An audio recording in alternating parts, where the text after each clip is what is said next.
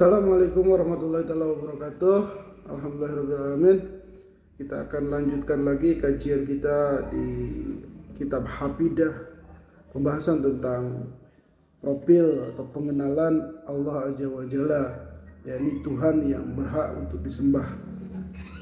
Di part pertama kita sudah menjelaskan secara umum tentang sifat-sifat bagi Allah yang secara keseluruhan ada 50, karena terbagi kepada wajib 20 dan terbagi kepada yang mustahil 20 dan satu yaitu sifat jaiz. Nah, kira-kira penetapan sifat tersebut berdasar tidak gitu. Jangan-jangan hanya karangan saja. Tentu saja berdasar. Kita di video kali ini akan membahas tentang argumentasi tersebut secara singkat. Namun argumen yang akan diutarakan di sini itu bersifat rasional. Kenapa demikian ya? Karena kita mengandaikan orang yang pengen tahu tentang apa yang kita sembah itu dia belum mengenal ya, alias dia bukan dari agama Islam. Kita andaikan seperti itu. Adapun kalau kita sesama muslim ya, argumentasi kita yang didahulukan adalah nakli. Kita langsung saja ke kitab yang akan kita baca. Qala mu'allifu rahimahullah wa nafa'na bihi ulumih amin ya Allah ya rabbal alamin. Wa dalilu ala wujudihi ta'ala wujudul alam. Walau lam yakun qadiman lakana hadisan. Walau lam yakun baqiyan lam yakun qadiman. Walau lam yakun mukhalifan li khalqi lakana mislahum. Walau lam yakun qa'iman bi nafsi lahtaza ila mahallin wa mukhassisin. Walau ibtaqara ila mahallin lakana sifatan. Walau itazza ila mukhassisin lakana hadisan. Walau lam yakun wahidan lakana maqhuran wa huwal qahiru fawqa ibadih. Walau lam tajib lahu ta'ala al-qudrah wal iradah wal ilmu wal hayatu lama kana syai'un min khalqihi. Argumentasi akan adanya Allah adalah wujudul alam. Keberadaan alam ini menjadi pengantar kita untuk mengenal bahwasanya di sana ada yang mengadakannya. Alam yang sekarang sudah ada secara aktual kita bisa melihatnya, merasakan bahwa dan kita sendiri juga termasuk alam. Kalau kita telah secara mendalam, ini kan boleh ada, boleh tiada. Tapi secara aktual kan kita tadi katakan sudah ada. Nah, keberadaannya itu apakah dengan dirinya sendiri ataukah tidak? Kalau misalnya keberadaannya dengan dirinya sendiri, artinya alam yang dia itu notabene secara rasional boleh ada, boleh tidak ada, sekarang menjadi ada tanpa ada yang mengandalkan. Ini dalam istilah ilmu kalam disebut ada tarjih tanpa murajah, itu sesuatu yang mustahil. Seperti timbangan yang dia itu setara gitu kan ya, tiba-tiba dia begini sendiri. Ada apa ini gitu kan ya. Kendati pun tidak ada massa yang memberatkan, ya pasti ada angin yang menimpanya. Ya, angin di sini adalah tarjih berarti. Nah, alam semesta ini apakah ujug-ujug ada gitu tanpa ada murajah ya?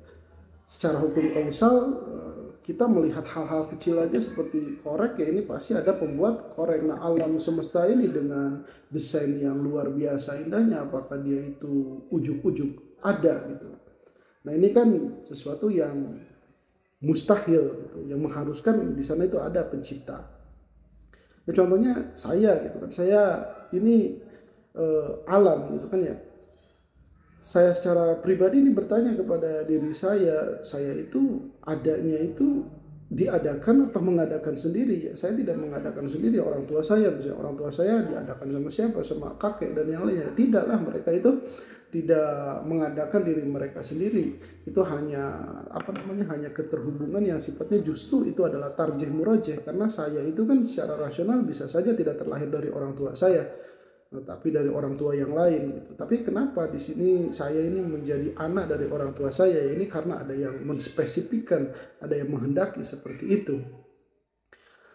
Nah, ketika dikatakan adanya alam menunjukkan adanya Allah dan saya ini adalah bagian dari alam, nah saya ini adanya tidak wajib karena saya itu kan diawali dengan kelahiran, dan saya pun dengan hal tersebut menandakan saya itu tidak kidam. Ketika saya berawal dari tahun tertentu, saya pun akan berakhir, yang menyebabkan saya itu tidak baqo.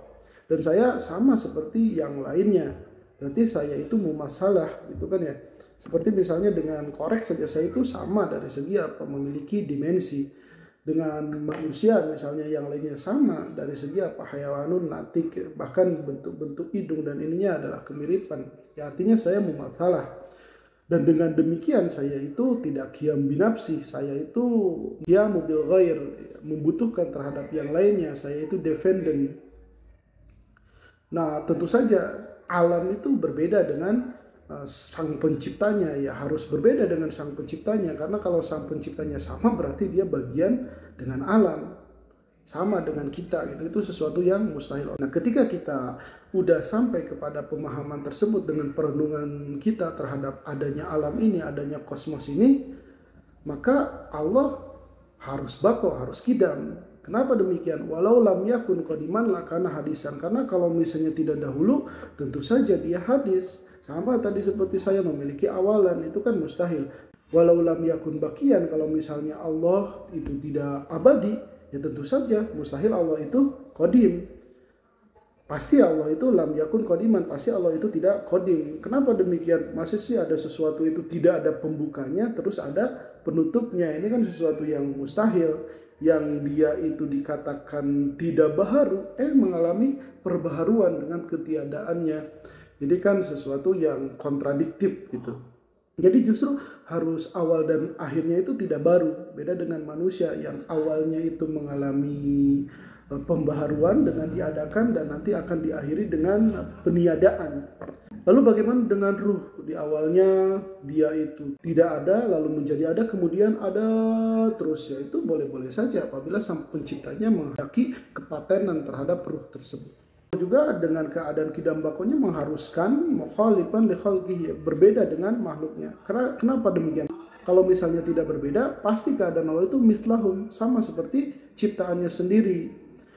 Lalu selanjutnya ini udah jelas ya, walau lam yakun qaiman bi nafsi lahtaza ila mahallin wa mukhassisin. Dan Allah pun apabila Allah itu tidak independen, pasti Allah itu butuh tempat dan butuh terhadap yang menspesifikasikan. Maksudnya daripada butuh terhadap tempat itu, walau iftaqara ila mahallin lakana sifatan. Apabila Allah membutuhkan terhadap tempat, maka pasti dia itu aksiden. Seperti misalnya korek ini berwarna hijau. Nah, warna hijau ini adalah aksiden sifat yang menempel pada substansi korek, yang entah dia itu seperti apa karena tidak memiliki warna dan yang lainnya. Pokoknya korek yang disebut dengan korek.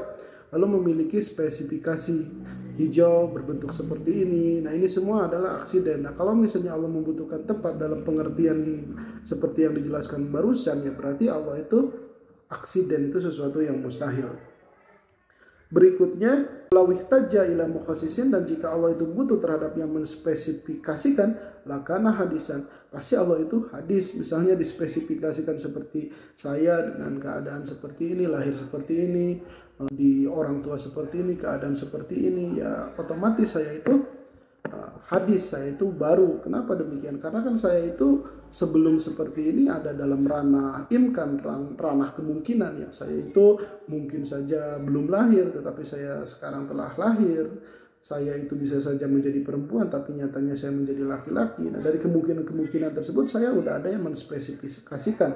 Kalau Tuhan juga seperti itu, tentu saja Tuhan seperti makhluk ini sesuatu yang gak rasional.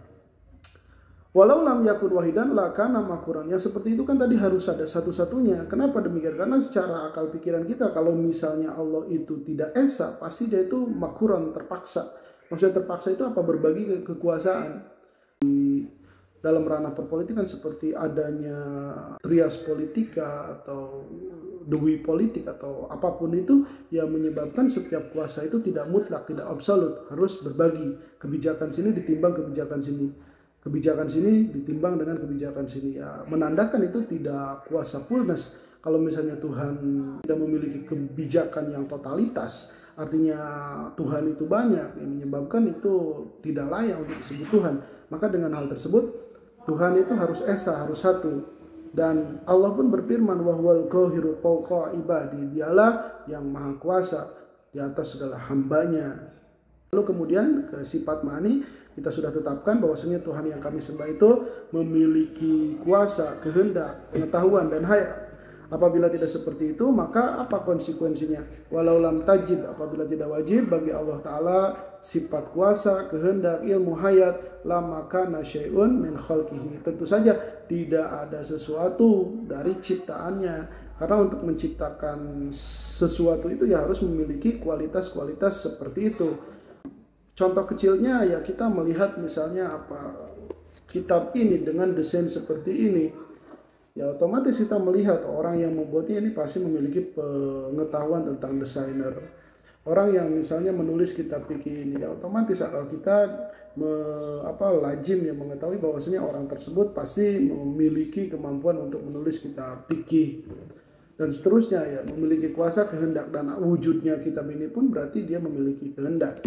Nah, bagaimana dengan Tuhan, dengan alam yang penuh dengan keindahan, ketakjuban, dan yang lainnya, tentu saja menunjukkan dia itu berkuasa dan berkehendak, berpengetahuan. Ya otomatis ada kehidupan gitu kan.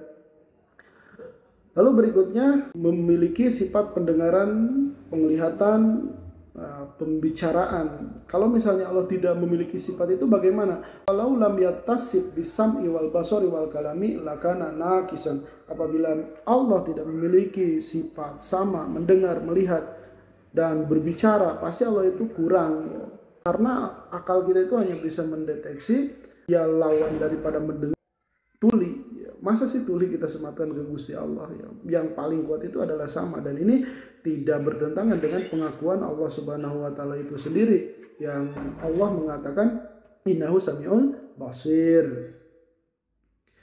Dan yang terakhir yaitu sifat kesewenang-wenangan, yaitu sifat jaij. Karena kalau misalnya Allah tidak memiliki sifat jaij ini, yakni kesewenang-wenangan, Allah itu wajib melakukan sesuatu, seperti Allah itu wajib menyuplai kehidupan saya, seperti saya harus menjadi orang yang bahagia, saya harus memiliki kehidupan yang enak, yang nikmat, gitu. Saya menuntut hal tersebut terhadap Allah Subhanahu wa taala dan Allah wajib untuk melakukannya, itu bukan Tuhan namanya. Walau lam yakun filul mumkinati wa tarkuha jaijan, apabila berbuat sesuatu yang mungkin itu dan meninggalkannya itu tidak jaiz, artinya wajib pada hak Allah Subhanahu wa taala, lan kolaba, pasti terjadi apa? Permutarbalikan hakikat, yang mungkin jadi mustahil, yang mustahil jadi mungkin, yang wajib jadi mustahil. Nah, contoh misalnya saya itu imkan adanya, tapi kita berkeyakinan harus ada, berarti apa? Yang tadinya imkan jadi wajib gitu. Ini sesuatu yang mustahil secara rasional. Wa qalbul haqaiqi mustahil, dan pemutarbalikan hakikat itu sesuatu yang absurd, sesuatu yang mustahil. Mudah-mudahan argumentasi yang sangat ringkas ini, yang ala kadarnya ini, menjadi pengantar untuk mendalami ilmu kalam seperti Ummul Barohin dan yang lainnya. Kalau kita paham benang merahnya, insya Allah mendalami kitab-kitab yang lebih tinggi itu mudah. Kita cukupkan sampai di sini. Wallahu a'lam bishawab.